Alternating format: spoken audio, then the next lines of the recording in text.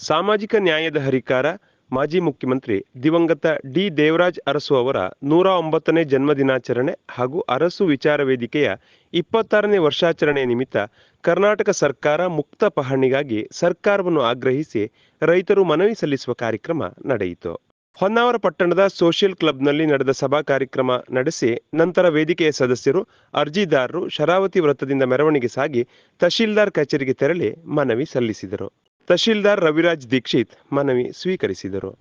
ಮನವಿ ಸಲ್ಲಿಸಿದ ಬಳಿಕ ಮಾಧ್ಯಮದವರೊಂದಿಗೆ ದಿವಂಗತ ಡಿ ದೇವರಾಜ್ ಅರಸು ವಿಚಾರ ವೇದಿಕೆ ಅಧ್ಯಕ್ಷ ಅನಂತ್ ನಾಯ್ಕ್ ಹೆಗ್ಗಾರ್ ಮಾತನಾಡಿ, ಇಂದು ಅರ್ಜಿ ಸಲ್ಲಿಸುವ ಮೂಲಕ ಕೇವಲ ಸಾಂಕೇತಿಕ ಹೋರಾಟ ನಡೆಸಲಾಗಿದೆ. ಪಹಣಿಯಲ್ಲಿ ಕರ್ನಾಟಕ ಸರ್ಕಾರ ಮುಕ್ತವಾಗಿಸಲು ಸರ್ಕಾರವನ್ನು ಮತ್ತೊಮ್ಮೆ ಅವಕಾಶ ನೀಡಬೇಕೆಂದು ಆಗ್ರಹಿಸುತ್ತೇವೆ ಎಂದರು. ದೇವರಾಜ್ ಅರಸು ಅವರ 109ನೇ ಜನ್ಮದಿನಾಚರಣೆ ಶುಭ ಸಂದರ್ಭದಲ್ಲಿ ನಾವು ಉಳುವನೆ ಹೊಲದಡಿಯ ಇದಕ್ಕೆ 50 ವರ್ಷ ಪೂರ್ಣಗೊಂಡಿದೆ. ಅಂದರೆ 2 ತಲೆಮಾರು ಕಳೆದಿದೆ. ಆದರೂ ರೈತನಿಗೆ ಅವನ ಸೌಲಭ್ಯ ಸರ್ಕಾರದ ಎಲ್ಲ ಸೌಲಭ್ಯ ಪಡೀಲಿಕ್ಕೆ, ಅದು ಆಶ್ರಯ ಮನೆ ಇರ್ಬೋದು, ಅಥವಾ PM ಕಿಸಾನ್ ಇರ್ಬೋದು, ಅಥವಾ ನೆರೆಯಿಂದ ಅಥವಾ ಯಾವುದೇ ಅನಾಹುತಕ್ಕೊಳಗಾದಾಗ ಪರಿಹಾರ ಪಡೀಲಿಕ್ಕಿರ್ಬೋದು, ಕರ್ನಾಟಕ ಸರ್ಕಾರ ಅಂತ ಪಹಣಿಯಲ್ಲಿದ್ದಾಗ ಯಾವುದೇ ಸೌಲಭ್ಯದಿಂದ ವಂಚಿತರಾಗಿದ್ದಾರೆ. ಇದು ಯಾವ ಕಾಲಕ್ಕೆ ಮುಗೀತದನ್ನುವಂಥದ್ದು ನಮ್ಮ ನೋವು. ಆ ಕಾರಣಕ್ಕಾಗಿ ಇವತ್ತು ನಾವು ಸಮಾನ ಮನಸ್ಕರೆಲ್ಲ ಸೇರಿ ಈ ಒಂದು ಕರ್ನಾಟಕ ಸರ್ಕಾರ ಮುಕ್ತ ಪಹಣಿಗಾಗಿ ಹಲವಾರು ವರ್ಷ ಕಳೆದ 10 ವರ್ಷದಿಂದ ನಾವು ಹೇಳ್ಕೊಂಡು ಬಂದಿದ್ದೀವಿ. ಕಳೆದ ಡಿಸೆಂಬರ್ನಲ್ಲಿ ಕಾರವಾರದಲ್ಲಿ ಹೋಗಿ DC ಅವರಿಗೆ ಮನವಿ ಕೊಟ್ಟಿದ್ದೀವಿ. ಅದೇ ರೀತಿ ಇವತ್ತು ಅರಸು ಅವರ ಜನ್ಮದಿನಾಚರಣೆ ಈ ಶುಭ ಸಂದರ್ಭದಲ್ಲಿ ಈ ಒಂದು ಕಾರ್ಯಕ್ರಮ ಮಾಡೋಣ ಅಂತ ತೀರ್ಮಾನ ಮಾಡಿ ಇವತ್ತು ಮಾನ್ಯ ಸಿದ್ದರಾಮಯ್ಯನವರು, ಮುಖ್ಯಮಂತ್ರಿಗಳು ಹಾಗೂ ಕೃಷ್ಣ ಬೈರೇಗೌಡರು, ಕಂದಾಯ ಸಚಿವರು ಹಾಗೂ ಜಿಲ್ಲಾ ಉಸ್ತುವಾರಿ ಸಚಿವರಿಗೆ, ಮಾನ್ಯ ಜಿಲ್ಲಾಧಿಕಾರಿಗಳಿಗೆ ಹಾಗೂ ಸಹಾಯಕ ಆಯುಕ್ತರಿಗೂ ಹಾಗೂ ತಹಶೀಲ್ದಾರರಿಗೆ ಮನವಿ ಕೊಡುವ ಮೂಲಕ ಇವತ್ತು ಸರ್ಕಾರವನ್ನು ಆಗ್ರಹಿಸಿದ್ದೇವೆ. ಇವತ್ತು ಇದು ಸಾಂಕೇತಿಕ. ಇವತ್ತು ಎಲ್ಲ ರೈತರು ಬಂದಿಲ್ಲ.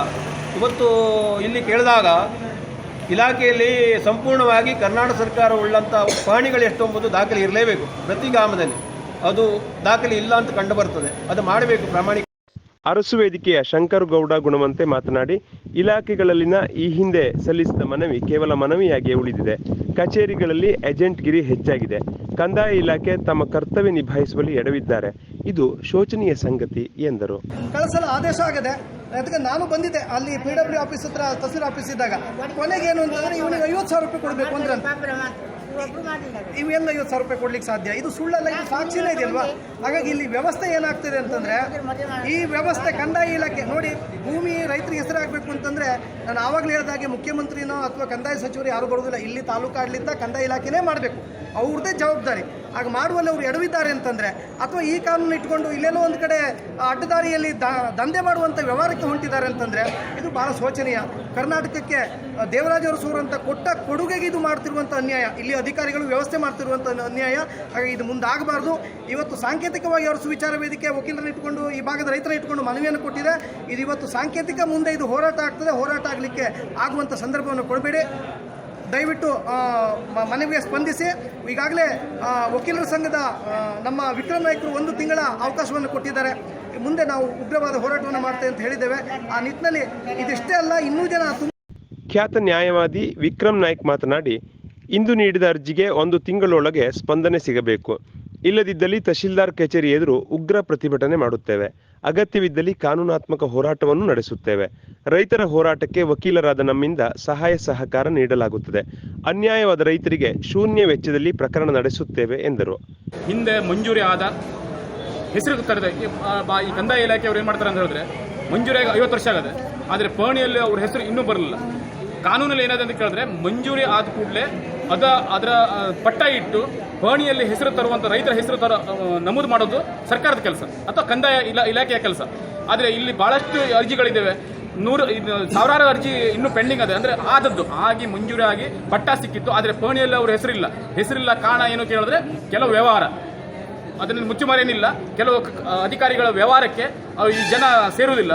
ಹಾಗಾಗಿ ಅದು ಹಾಗೆ ಇಟ್ಟಿದ್ದಾರೆ, ಇವತ್ತು ಹಾಗೆ ಇಟ್ಟಿದ್ದಾರೆ. ಹಾಗಾಗಿ ನಾವು ವಕೀಲರೆಲ್ಲ ಸೇರಿಕೊಂಡು ಇವತ್ತೊಂದು ಅರ್ಜಿ ಕೊಟ್ಟಿದ್ದೇವೆ. ಸಾಂಕೇತಿಕ ಒಂದು ಅರ್ಜಿನೂ ಸಹ ಕೊಟ್ಟಿದ್ದೇವೆ. ಇನ್ನೂ 1 ತಿಂಗಳ ಅವಧಿ ಕೊಡ್ತೇವೆ. ಇನ್ನೂ 1 ತಿಂಗಳ ಅದನ್ನು ಎಲ್ಲ ಪಟ್ಟ ನಾವೇ ಸೋಮೋಟ ಅವ್ರು ಮಾಡಬೇಕು.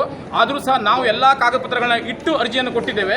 ಒಂದು ವೇಳೆ 1 ತಿಂಗಳೊಳಗೆ ಪಹಣಿ ಸರಿ ಆಗಿಲ್ಲ ಅಂತ ಹೇಳಿದ್ರೆ, ಮುಂದೆ ನಾವು ವಕೀಲರು ಮತ್ತು ಸಾರ್ವಜನಿಕರು, ರೈತರು ಎಲ್ಲರೂ ಸೇರಿ ಉಗ್ರ ಹೋರಾಟ ಮಾಡ್ತೇವೆ ಅಂತ ವಕೀಲರ ಪರವಾಗಿ ನಾವೆಲ್ಲ ಇಲ್ಲಿ ಹೇಳ್ತಾ ಇದ್ದೇವೆ. ಈ ಸಂದರ್ಭದಲ್ಲಿ ಆಗಮಿಸಿದ ತಾಲೂಕಿನ ನೂರಾರು ರೈತರು ಕರ್ನಾಟಕ ಸರ್ಕಾರ ಮುಕ್ತ ಪಹಣಿಗಾಗಿ ಪಹಣಿಯೊಂದಿಗೆ ತಮ್ಮ ಅರ್ಜಿಯನ್ನು ಸಲ್ಲಿಸಿದರು. ಈ ಸಂದರ್ಭದಲ್ಲಿ ನಿವೃತ್ತ ತಹಶೀಲ್ದಾರ್ ವಿಆರ್ ಗೌಡ, ತಿಮ್ಮಪ್ಪ ಗೌಡ, ಮಂಜುನಾಥ್ ಗೌಡ, ವೇದಿಕೆಯ ಸದಸ್ಯರು ಹಾಗೂ ಸಾರ್ವಜನಿಕರು ಉಪಸ್ಥಿತರಿದ್ದರು.